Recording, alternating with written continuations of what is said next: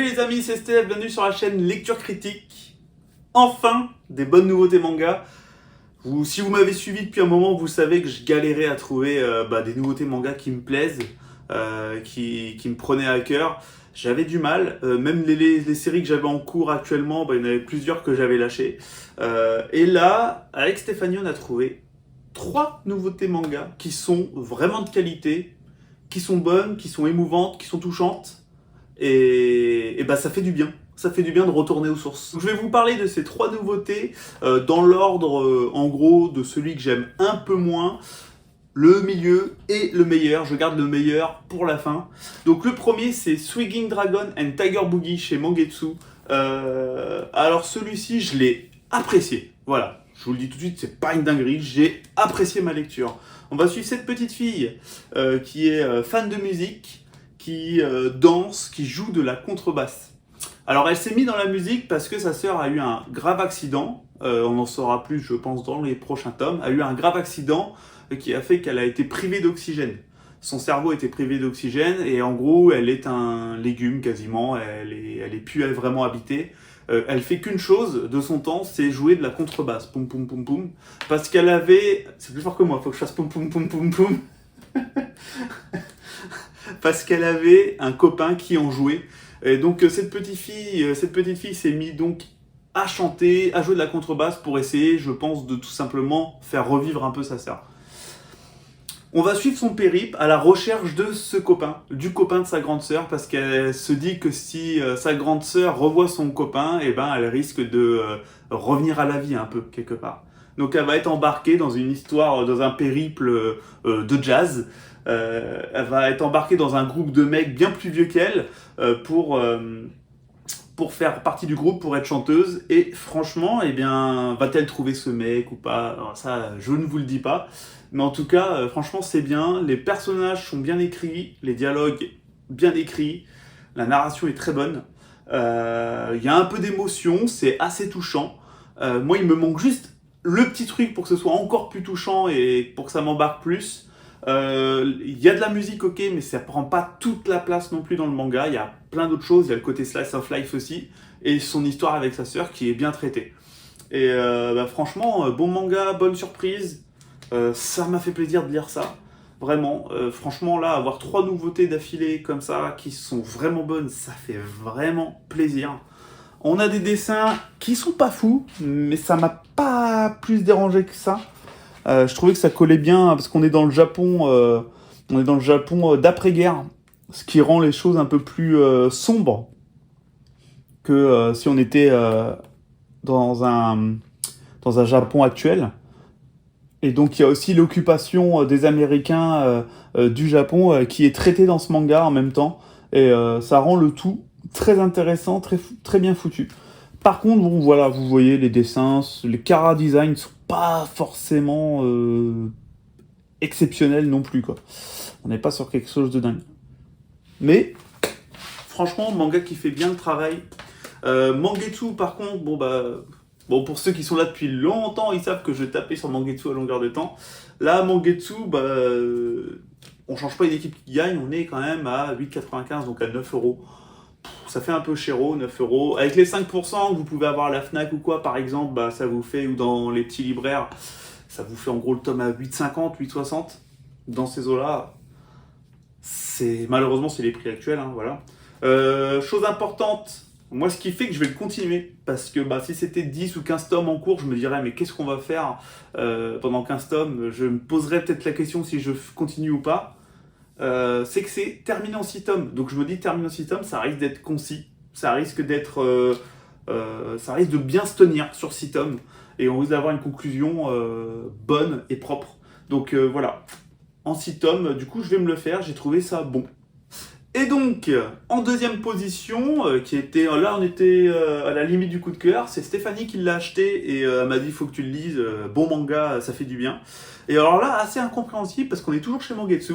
On a Aerio, The Electric Doll, et on est à 9,95 pour un grand format. Merci, assistante.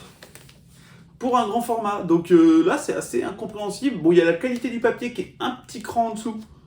Il est un peu jauni, comparé Swinging machin dragon là que je viens de vous présenter. Le titre il est compliqué. Donc on a un papier un peu de moindre qualité. Mais bon, on est à 9,95 pour un grand format. Là, pour le coup, le prix est très raisonnable. Donc, prix pas raisonnable, prix très raisonnable. Je sais pas comment ils font chez Mangetsu pour se dire on fait tel prix. On a eu aussi un petit marque-page de fort belle qualité. Parce que l'édition, ok, le papier n'est pas dingue, mais l'édition en plus est vraiment jolie, avec toutes les fenêtres brillantes et tout derrière. Vraiment un joli petit travail. Alors, Aerio and the Electric Doll. Alors, ce que je vais vous raconter là, ça va pas vous donner envie. Mais faites-moi confiance, franchement, c'est de qualité. Parce que moi, tu m'aurais raconté l'histoire avant de me dire « Tiens, lis-le », clairement j'aurais fait « Je me suis pas essayé. T'as pas essayé de me raconter, voilà. Mais en fait, donc, on est dans un futur post-apocalyptique.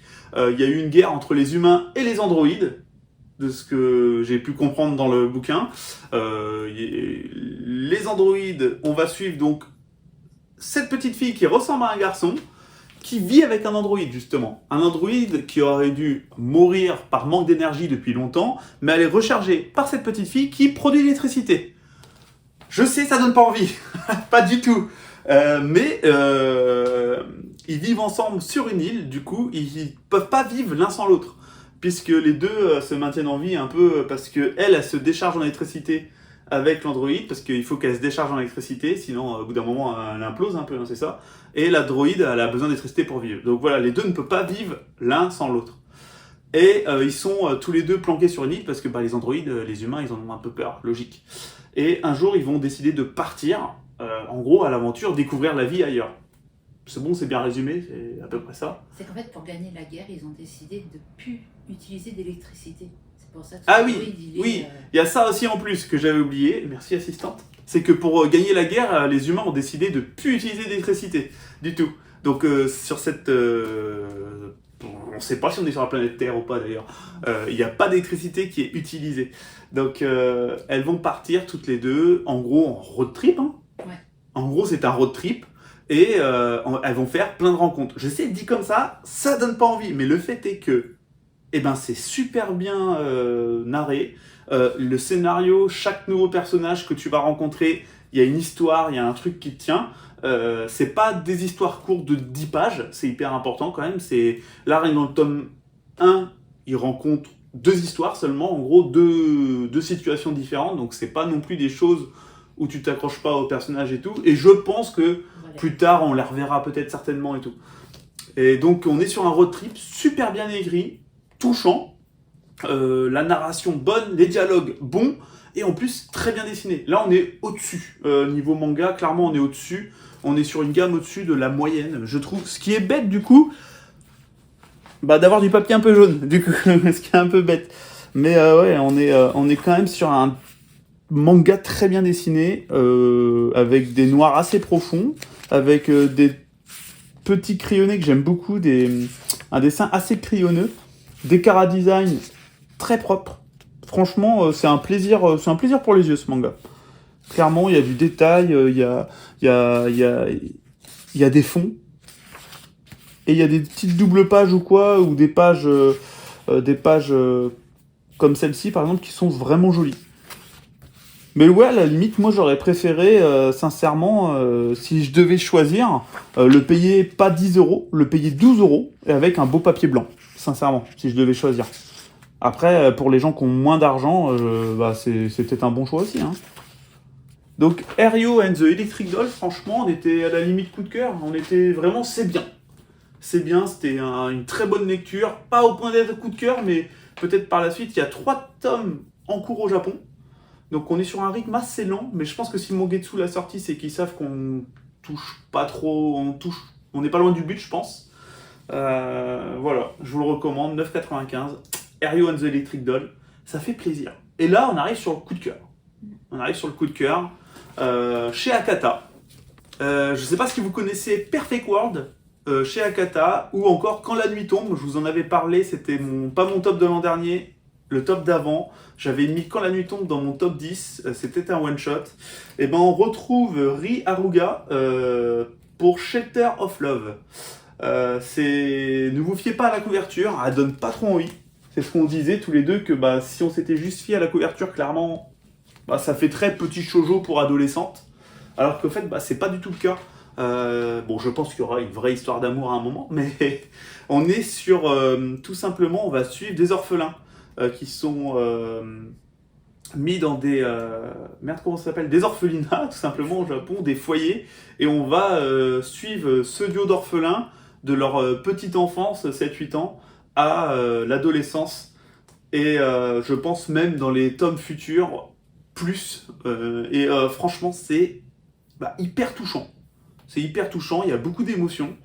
Moi j'ai adoré, je l'ai lu ce matin et j'ai eu les larmes aux yeux une fois ou deux quand même. Alors j'étais pas en mode gros chialade non plus, mais j'ai eu les larmes aux yeux une fois ou deux. Et pour vous dire, j'ai pas eu envie de lire autre chose derrière pendant 1 heure. À la base j'étais parti sur une matinée lecture et en fait du coup j'ai joué à FIFA derrière parce que je pouvais pas je pouvais pas me relire un autre truc derrière, j'avais eu de l'émotion. Les personnages sont super bien écrits, touchants, il se passe des choses. Attention, je vous dis pas, il n'y a pas un meurtrier qui rentre là-dedans, il se passe pas des choses cataclysmiques, mais il se passe des choses qui vous maintiennent tout le temps à l'affût au niveau émotion, que ce soit un peu de rire, un peu de joie, un peu de tristesse. Voilà, franchement, véritable coup de cœur. Tu verrais quoi d'autre à dire? Assistance. J'ai bien aimé les petites annotations aussi. De qui l'autrice. fait référence à la réalité au Japon. Ouais, parce que l'autrice a fait des recherches, elle est allée dans des foyers justement pour orphelins de ça, et elle a mis quelques petites annotations à quelques moments qui sont bien sentis, quoi. Tu as trouvé ça bien. Voilà. Les dessins. Alors les dessins, on est sur du classique. Vraiment, pour le coup, comme autrice, ça fait des dessins classiques. Mais j'aime beaucoup ses chara-design. C'est-à-dire que là, par exemple, la petite fille, je la trouve très mignonne, très kawaii, comme on dit. Et au fait, elle trouve toujours des histoires touchantes. Elle trouve toujours quelque chose de touchant à raconter. Et du coup, moi, j'avais lu que Quand la nuit tombe d'elle, que j'avais trouvé... c'était rare que je trouvais un one-shot aussi bien géré. J'avais peu lu de one-shot qui m'avait tenu comme ça et que j'avais pas été déçu par la fin ou quoi en one-shot japonais. Et Quand la nuit tombe, ça avait été le cas. Et là, ce numéro 1 est juste pour moi une masterclass. Hein. C'est super bien géré de bout en bout. Ça donne qu'une envie, c'est de lire la suite. J'ai envie de savoir ce qui va se passer dans leur vie à ces personnages, en fait. Bon, vous voyez, niveau dessin, c'est très classique. Hein. J'ai envie de savoir ce qui va se passer dans leur vie, quoi. Et je suis pressé que ça sorte. Bon, par contre, on est à 5 tomes sortis au Japon en 2 ans, 3 ans. En 3 ans, je crois. Donc c'est pareil, rythme de sortie tranquille. Mais elle l'a commencé la même année qu'elle a fait Quand la nuit tombe, justement. Donc peut-être aussi qu'au début, c'était un peu plus lent, je sais pas. Et le tome 2 arrive début juillet. Donc voilà, pas beaucoup à attendre pour avoir le tome 2. Donc ça, ce sera avec nous, quoi. Et moi, pour le coup, le tome 2, il sort, je vais le lire. C'est clair et net. Je me relirai peut-être les 1 ou 2 derniers chapitres de celui-ci pour me remettre bien dedans et paf, je vais me faire le tome 2. Et ce qui est bien, pareil, c'est que cette autrice, on sait qu'elle fait que des trucs assez courts, quoi. Perfect World, c'était 12 tomes. Quand la nuit tombe, après il y a un machin d'étoiles, c'était des one-shots. Donc je la vois pas faire 25 tomes de ça. Parce que spoiler, Sound of Life, j'ai arrêté, j'ai revendu. Parce que trop long, je vous en avais parlé lors de ma dernière vidéo, trop long, ça étire trop, voilà. Et c'est un énorme problème chez beaucoup d'auteurs japonais, c'est chiant pour ça. Et là, je pense et j'espère qu'on n'aura pas ce problème sur ces 3 mangas, quoi. Qu'on sera sur du 10-15 tomes, pas plus. Et voilà, comme ça, c'est une histoire qui se tient de bout en bout. S'il vous plaît. Bon les amis, j'espère que cette vidéo vous aura plu.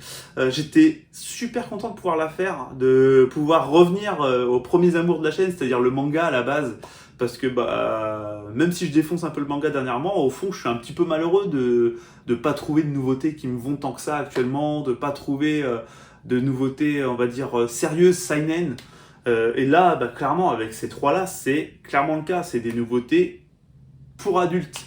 On n'est pas dans les trucs trop enfantins, tout ça, parce que bah moi je peux de moins en moins vraiment. En fait, un tome de temps en temps comme ça, c'est bien, mais je me vois pas plus me lancer dans des séries qui font 25-30 tomes où c'est pas très sérieux. Donc ça a été vraiment un vrai plaisir. J'étais heureux de pouvoir vous faire cette vidéo, de vous parler de ces 3 mangas là, quoi, qui sont vraiment de qualité et que ça fait plaisir. Et j'espère que voilà, ils viennent de sortir là. J'espère que l'année elle se lance là. Ça y est. Ah putain. Donc les amis, gros bisous à vous. Je vous dis à la prochaine vidéo qui sera du coup, il y aura moins de mangas sur la prochaine vidéo parce que les mangas que j'ai lus ils seront là. Voilà, mais bah, il y aura peut-être un peu de tout ça là. J'en sais rien, je sais pas encore. Voilà, gros bisous les amis.